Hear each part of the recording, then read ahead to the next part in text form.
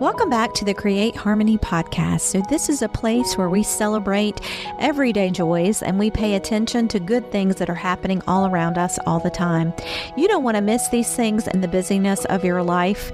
We take our inspiration from nature and we relish all the changes it brings. This is a place where we celebrate creativity and introspection.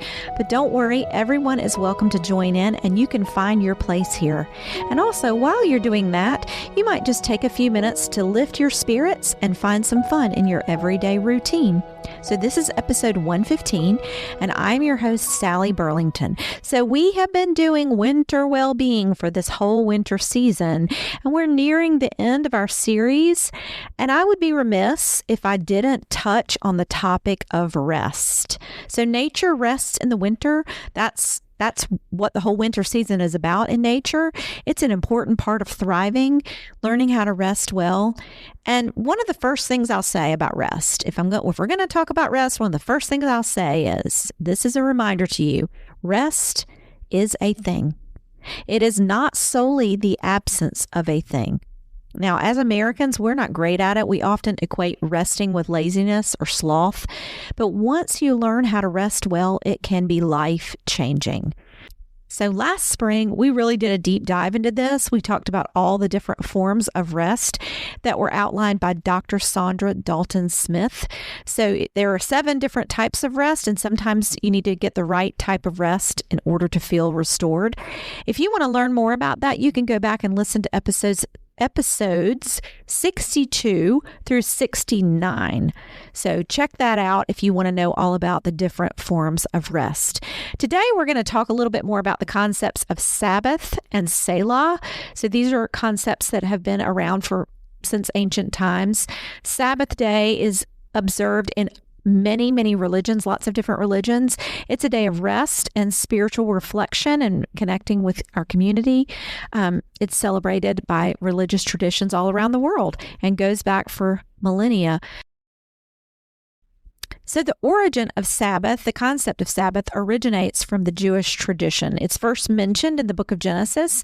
God created the world in 6 days and rested on the 7th day. So even God, the most powerful power in the universe, needed rest, and this sanctifies a day of rest. That established a pattern, and so in the Jewish tradition, they celebrate what they call Shabbat, which is their word for Sabbath. It begins at sundown on Friday and extends to nightfall on Saturday. So it's a time for family gatherings, for prayer, for rest from work. Traditionally, if you were being very traditional about the Jewish observance of Shabbat, you would recite some blessings, you would share a meal, you might go to synagogue, you would light candles. This is considered a gift from God, this time to disconnect from our mundane schedules and reconnect with the divine or the sacred. We also observe the Sabbath in the Christian faith and lots of different ways over lots of different denominations. I live in North Carolina in the Bible Belt, and in the past, Sunday was a day of worship, rest, and community. Stores would be closed, things slowed down. People really just visited with one another and went to church and observed the Sabbath time. That rhythm was a little different from all the other days of the week. And you can also see this concept in Islam. There's not the direct equivalent in Buddhism or Hinduism, but both of those religions do emphasize periods of regular rest, of meditation, of spiritual connection. So that is still a concept that goes across. Rest is a thing. In modern society, our Sabbath looks very different. You might have certain Sabbath patterns that look very different, and they might not happen on a particular day of the week, but maybe they are woven into your routine. Some people have the concept of a digital Sabbath where they disconnect from their electronic devices for a day. This has really gained popularity. You might spend time with loved ones, slow down, and just engage in activities that bring you joy and relaxation. So this is, even in the mindfulness community, the concept remains. So in addition to Sabbath, we also have something in the Bible called Selah. I think I'm pronouncing it correctly. There's not a direct translation for that, but it is considered a marker for pausing, reflecting, and just slowing down a little bit. It's used sometimes in music, like the Psalms are considered musical, and it happens at the end of verses, and it's sort of like a musical rest. Like if you read the notes of music, there would be a rest, and this is like that. Selah is considered a holy pause where you might take time to rest. So when we look at these two concepts, why are we talking about Sabbath and Selah? We are reminded when we look at them that for centuries, the concept of pausing and reflecting continues to be important because rest is a thing, not just the absence of a thing. So a few weeks ago, I'm going to give you an example from my own life of when I took a pause and went on a retreat. Our church has these day trips that they're scheduling this year called refresh retreats. And we go to a nearby retreat center that encourages prayer and reflection of all sorts. It's not just Christian prayer. It's all different faith traditions that can come and pray in this space. The place itself just has this peaceful aura. So we traveled over there. And as soon as we got out of the car, you could feel the tension fading away. The setting is lovely. There are lots of places to stop and think, to walk, to ponder. So our group, when we first got there, we were given some prompts to think about, some things to write about, or questions to ask ourselves during quiet time. And then we were given some free time to ourselves. So we sort of spread out across the property. There are several little libraries or semi-private rooms that you could sit and read, or you could journal, or you could meditate. There is a meditation room. I picked one of the semi-private rooms and I sat and did a lot of journaling and writing and just sort of personal reflection. There's this big cozy fireplace in one room with comfy chairs to snuggle down in. And then outside on the grounds, there are lots of good quiet options. I did that in the afternoon. You could sit by the waterfall. You could hang out under a pergola. You could walk a nature trail. If you think best while moving your body, you could do that. There's also a labyrinth that you could walk. Just so many peaceful places. And then we met back together for lunch in their collaborative dining room. We laughed and we talked. And then after lunch, we had more time to reflect and pray and spend time, on our own. Mid-afternoon, we went to their glass chapel. They have this little glass chapel right nestled in nature. There's trees all around. And so we were in there and we shared some of our reflections from the day, some things that people thought about and prayed about. And then we sang some songs.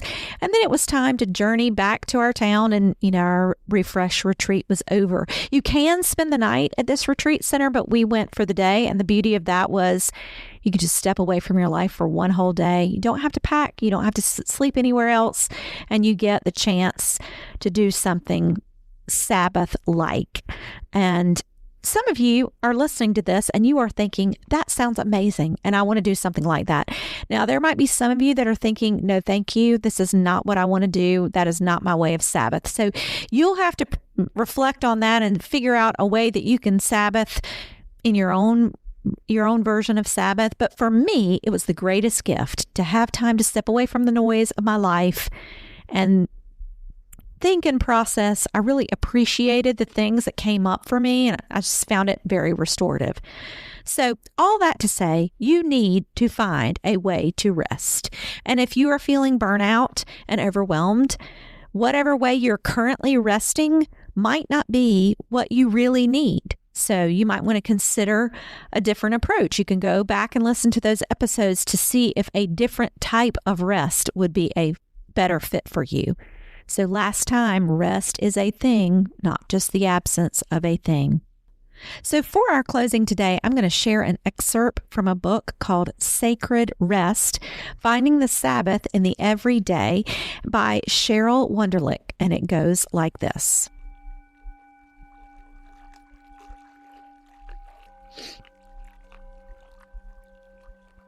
It's called Waiting for Renewal. We wait all the time. In traffic, in line, for a call, for a response to an email or text, for a package to arrive, for vacation. This ordinary kind of waiting is just part of life. When you believe in God, however, you can also wait with purpose. You can wait on the Lord. Waiting on the Lord means we are not arbitrarily and needlessly wasting time. Rather, we are at a standstill with an eager and patient expectation that God will act on our behalf. Waiting in this way is a form of rest. When we wait on the Lord in prayer to fulfill God's promises, the time is not pointless.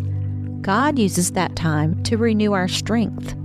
Instead of feeling caught in haphazard circumstances, we hope in the sovereign God who is always working to bring about God's best for us.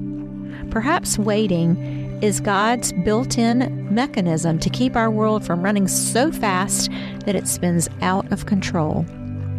Life won't always be easy, but we can rest in the assurance that God will be there to give us new strength when we reach the end of our own. Take this promise to heart. The Lord is the everlasting God, the creator of the ends of the earth.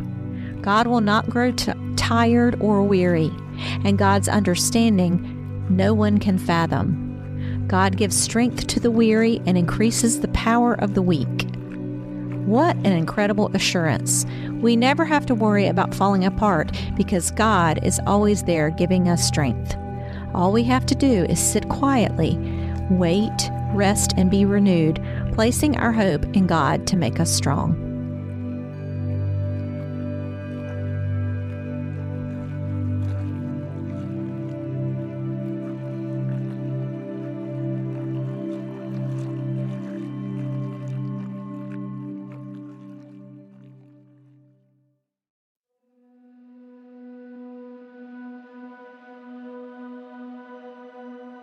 I'm so glad you joined today as we talked about rest, and hopefully you were reminded of some new ways that you can find Sabbath or Selah in your routine.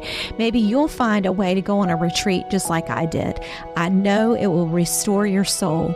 And be sure and come back next week as we are getting ready to wrap up our Winter Wellbeing series. You don't want to miss a minute of the content. Until next time, peace.